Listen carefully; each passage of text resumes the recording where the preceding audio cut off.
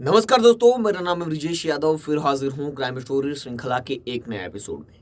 आज बात एक नई क्राइम स्टोरी की करेंगे। क्राइम स्टोरी आज की कुछ बड़ी नहीं है, लेकिन एक विरार का एक मर्डर केस है, उसके बारे में बात करेंगे। लेकिन उससे पहले आप लोगों को बता दूं, मैं इस समय इलेक्शन में बिजी हूँ। काफ़ी न्यूज़ है। इस समय पूरे महाराष्ट्र में इलेक्शन का दौर चल रहा है, तो जिससे बहुत ज़्यादा न्यूज़ इलेक्शन की है। और मेरा क्राइम स्टोरी का चैनल है, तो मैं ज़्यादा इलेक्शन के बारे में कोई अपडेट नहीं बता सकता। और क्राइम स्टोरी निकालने के लिए एक रिसर्च चाहिए रहती है, जिसके लिए आरोपियों के नाम, मर्डर कैसे हुआ, क्या हुआ, पुलिस ने अभी तक क्या क्या किया है, बॉडी कहाँ मिली, उसका बैकग्राउंड क्या था, ये सब जानने के लिए अभी इस वक्त टाइम नहीं है। जानने के लिए कम से कम 1-1.5 घंटे का समय लगता है, और उस समय अभी है नहीं। इसकी वजह से रेगुलर क्राइम स्टोरी नहीं आ रही है। मेरे पास एक बहुत बड़ी क्राइम स्टोरी है, जो 2018 का एक मामला है, जो एक्ट्रेस का मामला है, और उसे किस तरह उसकी हत्या की गई। जब आप ये सुनोगे तो आपके रोंगटे खड़े हो जाएंगे। मैं वो कहानी आप लोगों को सुनाऊंगा, लेकिन उससे पहले एक आज अलग विरार की एक मर्डर केस की कहानी सुनाऊंगा। वो कहानी मैं 18 तारीख के बाद सुनाऊंगा जरूर, क्योंकि आज 17 हो गया, शायद 16 है आज। 16, कल 17, 18 तारीख को जरूर सुनाऊंगा, क्योंकि महाराष्ट्र में आचार संहिता लग जाएगी। 18 तारीख को रैलियों का दौर बंद हो जाएगा, रुक जाएगा, तो आसानी होगी, आप लोगों को टाइम मिलेगा थोड़ा सा। आपको बता दें, पहले थोड़ी सी इलेक्शन की बात करते हैं। इस समय महाराष्ट्र में इलेक्शन का दौर चल रहा है। महाराष्ट्र में महायुति, महाविकास आघाड़ी और बीजेपी के छोटे मोटे दल हैं जो इंडिपेंडेंट लड़ रहे हैं, वो भी मैदान में हैं। तो कई सीटों पर इस बार मुकाबला त्रिकोणीय देखने को मिल रहा है। त्रिकोणीय देखने की वजह से बीजेपी सीधी फाइट महाविकास आघाड़ी से, यूबीडी और शरद पवार की एनसीपी और कांग्रेस से। लेकिन कुछ इंडिपेंडेंट पार्टी हैं जिनका कई विधानसभाओं में उनका पकड़ है। जैसे बहुजन विकास आघाड़ी की बात करें तो नालासोपारा, बोईसर और वसई में उनकी मजबूत पकड़ है। अगर कोई नेशनल पार्टी जैसे महाविकास आघाड़ी, महायुति लड़ रही है वसई, विरार, बोईसर, तो उससे टफ फाइट तो सामने वाला देगा बहुजन विकास आघाड़ी जैसे स्थानीय जो इंडिपेंडेंट पार्टी है हितेंद्र ठाकुर की। तो उसी तरह कई जिलों में ऐसा हो रहा है। तो मुकाबला त्रिकोणीय हो गया, क्योंकि महायुति भी है, महाविकास आघाड़ी भी है, और वहाँ की स्थानीय पार्टी जो इंडिपेंडेंट लड़ रहे हैं उम्मीदवार, वो भी है। तो इसलिए इस बार का जो चुनाव होने वाला है वो काफ़ी अलग होने वाला है, और एक रोमांचक मुकाबला देखने को मिलेगा हर सीट पर। आप लोगों को मेट्रो सिटी समाचार में मेरे साथ हर अपडेट देखने को मिलेगी। वसई, विरार, नालासोपारा लोकल अपडेट तो मैं आप लोगों को बता ही रहा हूँ। मेट्रो सिटी समाचार आप नहीं देखते होंगे तो जरूर सब्सक्राइब कीजिए।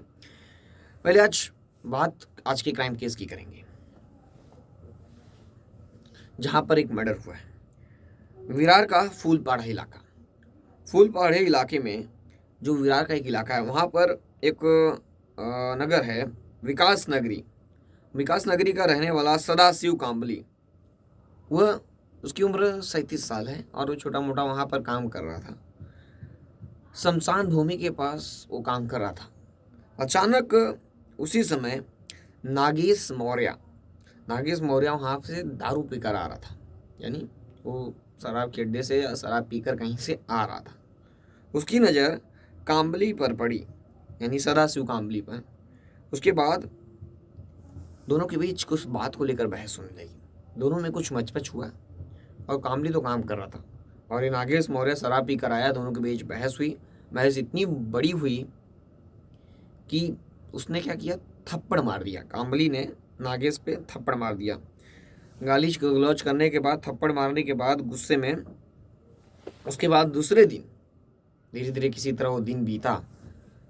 नागेश जब बहस करने लगा तो कामली को गुस्सा आ गया। कामली ने उसे थप्पड़ मार दिया, और उसके बाद किसी तरह वो दिन, लोगों ने, वहाँ पे जो स्थानीय लोग थे, मौजूद थे, उन्होंने किसी तरह इस झगड़े को सुलझाया। तो उसके बाद क्या हुआ, उसके बाद वो दिन बीता, और दूसरे दिन कामली अपने दोस्त के साथ चाय की दुकान पर चाय पी रहा था।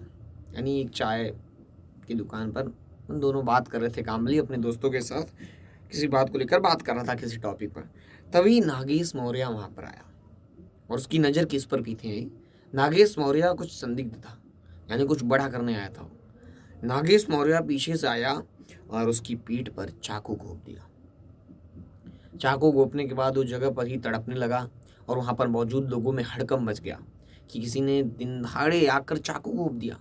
उसके बाद लोगों में हड़कंप मच गया। लोगों ने किसी तरह उसे नज़दीकी अस्पताल में भर्ती कराया गया। नज़दीकी अस्पताल में भर्ती कराया गया और वहाँ पर डॉक्टरों ने उसे मृत घोषित कर दिया। फिर तुरंत जो अस्पताल वाले हैं पुलिस को इन्फॉर्म कर देते हैं। मौके पर पहुंची पुलिस ने इस मामले में केस दर्ज किया और जो आरोपी है नागेश मौर्य उसे हिरासत में ले ली है और इस मामले में आगे की जांच चल रही है। सोचिए, गुस्से में आकर युवक ने एक थप्पड़ का बदला लेने के लिए एक ऐसा कदम उठाया। हम देखते हैं कि आजकल मोहल्लों में छोटी छोटी बात को लेकर झगड़ा होती है तो लोग आपस में ही निपटाने की सोचते हैं कि मार पिटाई करके आपस में ही सुलझा ले, वो मारा है तो हम भी मारेंगे। तुम कानून का सहारा ले सकते हैं, लेकिन लोग ऐसा नहीं करते हैं। तो ये सबसे बड़ा कदम है। तो आज भी ऐसा ही हुआ।